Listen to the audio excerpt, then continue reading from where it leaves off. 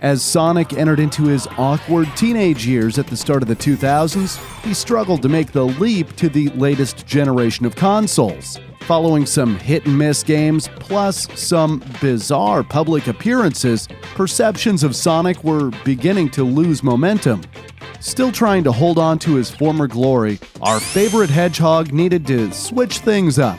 Prepare yourself for one of the cringiest Sonic games ever, and a very surprising collaboration.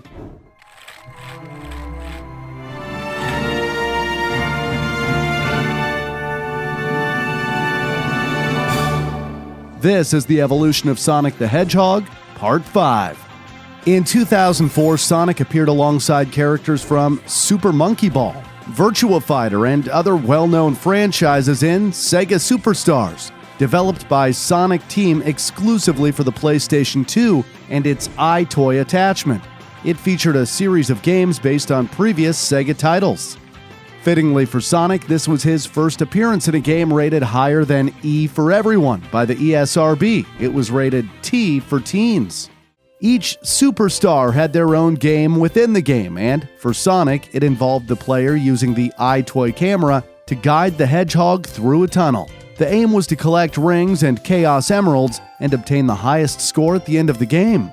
The stages were a combination of the full-pipe special stages from Sonic Heroes and the half-pipe special stages that were first seen in Sonic the Hedgehog 2. In Superstars, completing all 3 difficulties as Sonic unlocked Shadow's story, which allowed the player to control Shadow the Hedgehog instead. The game's difficulty was ramped up significantly when playing as Shadow. A sequel to Sega Superstars, Sega Superstars Tennis was developed by Sumo Digital in March 2008 for multiple platforms, including the Xbox 360, PS2 and PS3, the Wii, and Nintendo DS. Fun fact, an entertainment shopping center called the Sony Metreon created a Walk of Game in 2005 in San Francisco, California. Based on Hollywood's Walk of Fame, it honored video game characters and gave them a customized floor tile. Sonic was one of the first 3 heroes to be honored in the Walk of Game, alongside Mario and Link. Sadly, in 2012, the area was converted to a Target store, and the walkway was removed.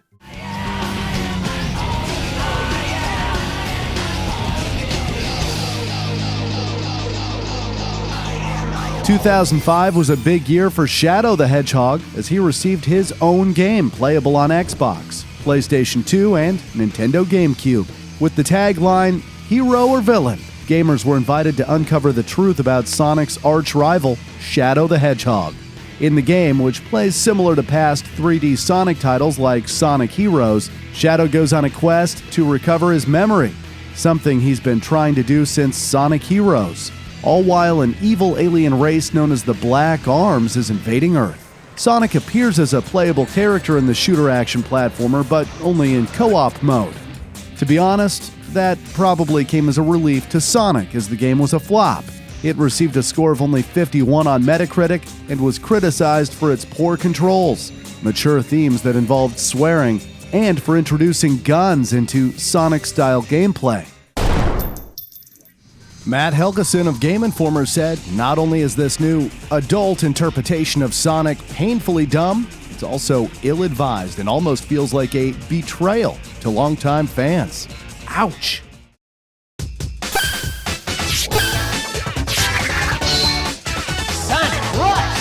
Thankfully, on the exact same day that Shadow the Hedgehog was released, a Sonic game called Sonic Rush came for the Nintendo DS. Described as a 2.5D side-scroller, it made use of the dual-screen aspect of the DS in clever and exciting ways. For instance, the screens were used together as an extended vertical screen for very steep climbs and drops. The unique handheld design also allowed players to experience Sonic in both 2D and 3D in the same game by combining two-dimensional environments with three-dimensional models. Appropriately, the game centered around 2 parallel universes colliding, one featuring Sonic the Hedgehog and the other featuring a new character called Blaze the Cat. In addition to battling Dr. Eggman, they also fight a new villain named Eggman Nega. The player controls either Sonic or Blaze once the latter becomes available, and can make use of a new game mechanic, the tension gauge. This allows the player to utilize Super Boost or Fire Boost for Sonic or Blaze, respectively. Once engaged, the protagonists can plow through enemies and obstacles without taking damage. Whereas Sonic can transform into Super Sonic, Blaze's equivalent is called Burning Blaze. The game itself was a hot seller as around 1.3 million copies of Sonic Rush were sold. Reviews were very positive and praised the game for having the feel of older Sonic titles, such as those on Sega Mega Drive. Sonic Rush registered an impressive score of 82 on Metacritic. A follow-up game titled Sonic Rush Adventure hit store shelves in September 2007. Advertised as a high-speed, high-seas adventure, it took place in Blaze the Cat's dimension. Maureen the Raccoon was a new, non-playable character who made her debut in the sequel. The game improved upon the first Sonic Rush in terms of smoother gameplay, although many reviewers thought that the story was weaker than its predecessor. Sonic Rush Adventure received a score of 78 on Metacritic.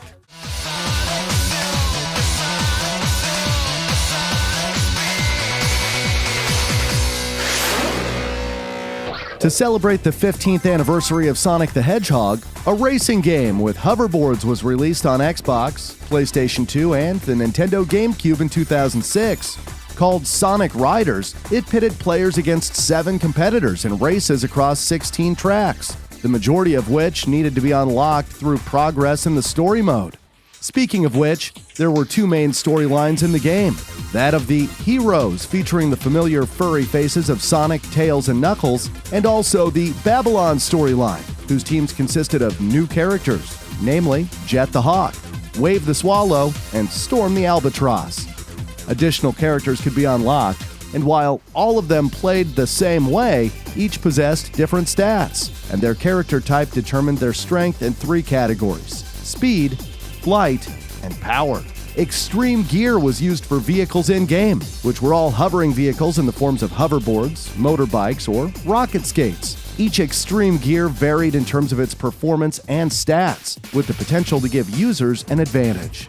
Powered by a limited amount of air, the player could perform jumps, steer, and brake. However, as the air tank emptied, these driving abilities became much trickier. Once the extreme gear had completely run out of air, the playable character would be left running the race on foot, at least until collecting more air via an air pit or picking up an air item box. Unfortunately, Sonic Riders wasn't exactly a big hit. Metacritic registered a low review score of just 59. Many criticized the confusing gameplay, and while IGN stated that at least this is a much better game than Shadow the Hedgehog, Frank Dry of Hyper disliked the fact that the Blue Wonder is forced to hop on a NAF hoverboard to race. Apparently, most fans agreed. Fun fact: now one of the most recognizable mascots in all of gaming, Sonic is not only featured in numerous different titles, but he is also featured in these same titles that have been released and re-released over and over again. The original Sonic the Hedgehog game has seen close to 20 official re-releases, having been remastered for several consoles and included in many Sonic collections. In the early 2000s, the Sonic Mega Collection and Mega Collection Plus both came out, as well as the Sonic Gems Collection, though the latter did not include the original Sonic the Hedgehog game. Riders wasn't the only racing-based present that Sonic received for his 15th birthday. Whereas that game was made by Sonic Team, a different game called Sonic Rivals was made the same year by Backbone Entertainment for the PlayStation Portable. Best described as a 2.5D side-scrolling racing platforming video game, the gameplay in Rivals was closer to that of the earlier 2D Sonic titles. Taking control of either Sonic, Knuckles, Shadow, or Silver, each character had their own story in Rivals, though the actual gameplay was pretty much the same for all. Metal Sonic could also be unlocked as a secret, playable character. All of the zones in Sonic Rivals featured a character racing against a rival, hence the game's title. To win, the player needed to reach the goal before their opponent. In boss stages, though, the player was required to defeat the boss before their rival. A collectible card system was one of the main features in Rivals, with 150 cards detailing cameos from major and minor characters, box arts, and items from past Sonic games. Performing certain objectives in-game, such as collecting a number of rings, Hitting a rival X number of times or getting to the goal in a prescribed time resulted in the player being awarded a card. Those cards could then be used to unlock other features, including character outfits. On average, the game received a score of 64 from reviewers. IGN awarded it a 7.4 out of 10, highlighting the game's replay value, graphics, and entertaining stages. GameSpot found the level designs frustrating and tedious, but enjoyed the colorful graphics and a good sense of speed. Sonic Rivals 2 was released for the PSP 3 years later, with Tails, Rouge the Bat, and Espio the Chameleon joining the action. Aside from adding more characters, though, it failed to impress and ended up receiving an even worse score than its predecessor, with an average score of 60.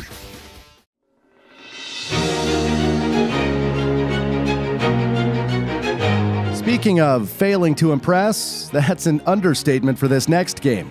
Yeah, if you're a Sonic fan, then you've probably been waiting for this one, the infamous Sonic the Hedgehog from 2006, otherwise known as Sonic 2006. Ironically, this game was intended to be a rebirth of the series, though it was lucky not to be the cause of death. Apparently, the intention was to answer the question, what if Sonic the Hedgehog existed in the real world? It was to use elements from the Sonic Adventure games, which people enjoyed, and bring Sonic back to his roots, hence the plain title.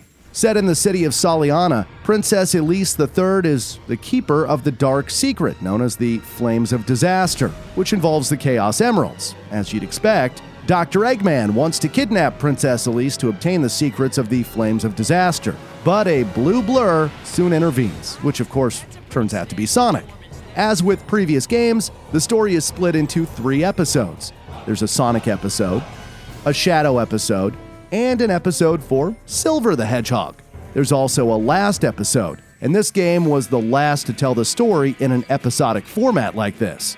Similar to Sonic Adventure, the game consists of action stages and town stages. In the town stages, the player can free roam within Soliana, talk to NPCs, and buy level-up items. The plot is also furthered by finding the entrances to action stages using the mirrors of Soliana.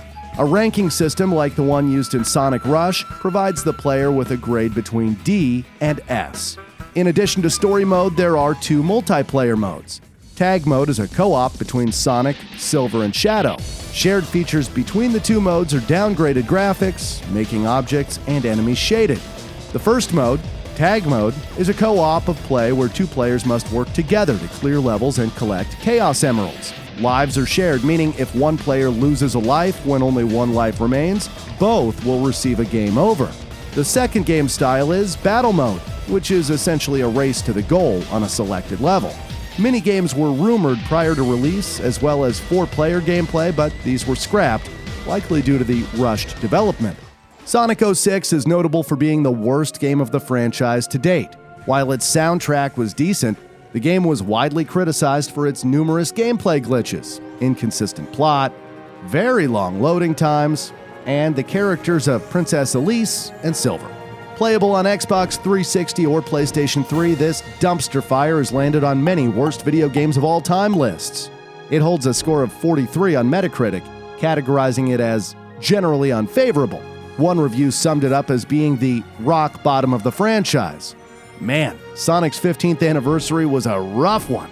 To the relief of Sega, Sonic 2006 still sold well though, with sales described as strong and solid. Some sources calculate the game's total sales to be over 2 million copies. Fun fact, in the heyday of his youth, Sonic was credited with bringing fast-paced gaming into the 90s. He engaged Mario, the grandfather of side-scrollers, in a bitter rivalry epitomized by the console wars. At one point in time, schoolyards were divided between Sonic and Mario fans, and to this day the debate still rages over who is the better hero. As recently as 2021, GamesRant released an article titled Mario vs. Sonic the Hedgehog, Who Wins in a Fight? Sonic came out as the winner, by the way, but only just, thanks to his raw speed, physical force, and transformation into the invincible Super Sonic. The intense rivalry between Sonic and Mario is why the next entry in Sonic's evolution was truly a surprise to gamers. In fact, most people thought it was an early April Fool's joke when the game was announced on March 28, 2007 by both Sega and Nintendo.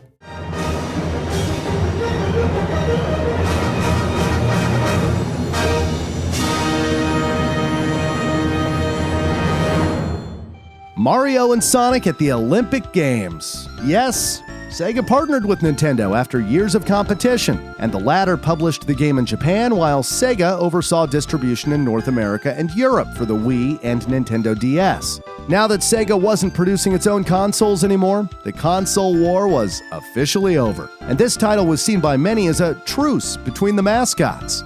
Officially licensed by the International Olympic Committee, it was the first official video game of the 2008 Summer Olympic Games to be released.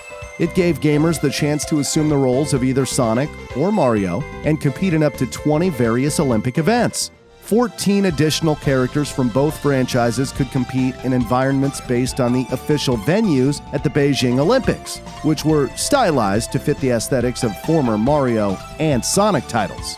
Each member of Team Sonic was given a matchup against someone from Team Mario. These face-offs included Sonic vs. Mario, Shadow vs. Luigi, Knuckles vs. Wario, Amy vs. Peach, Tails vs. Yoshi, and Dr. Eggman vs. Waluigi, among others. Other characters like Cream the Rabbit, Toad, Espio the Chameleon, and Shy Guy could be seen as referees. The events were organized into tournament and circuit modes and included 8 classifications: athletics, gymnastics, shooting, rowing, archery, aquatics, fencing, and table tennis. Dream events were unlockable versions of 4 of the Olympic events in the Wii version of the game and 5 events on the Nintendo DS. They differed from the original events by including attributes from the Mario and Sonic video game universes. A gallery with facts and trivia about the real-life Olympics was also included. 5 categories of trivia matched with mini-games, where completion of the mini-game unlocked the trivia answer. Classic music from both the Sonic and Mario series then became available in the gallery once all levels in a category were cleared. A collaboration with Mario gave Sonic the boost he sorely needed, and the Wii version of their game was awarded Best Game of 2007 on the platform at the Games Convention in Leipzig. GameSpot only gave the game a 6 out of 10, praising the wide variety of events but adding that many of them were too similar. The reviewer also said that the motion controls were uninteresting and occasionally frustrating. On the other hand, Nintendo Life praised the controls as an alternative to button bashing and awarded a 7 out of 10. IGN gave a 7.9 out of 10 and favored the fantasy events as well as archery, which it said ended up stealing the show. Fun fact: in the aquatic event, Sonic wears an orange life jacket since he cannot actually swim, although if you watched Part 1, you'd remember that most hedgehogs actually can swim. Also, Peach and Daisy were originally meant to have swimsuits, but Nintendo rejected the designs. The swimsuits did appear in later games, though.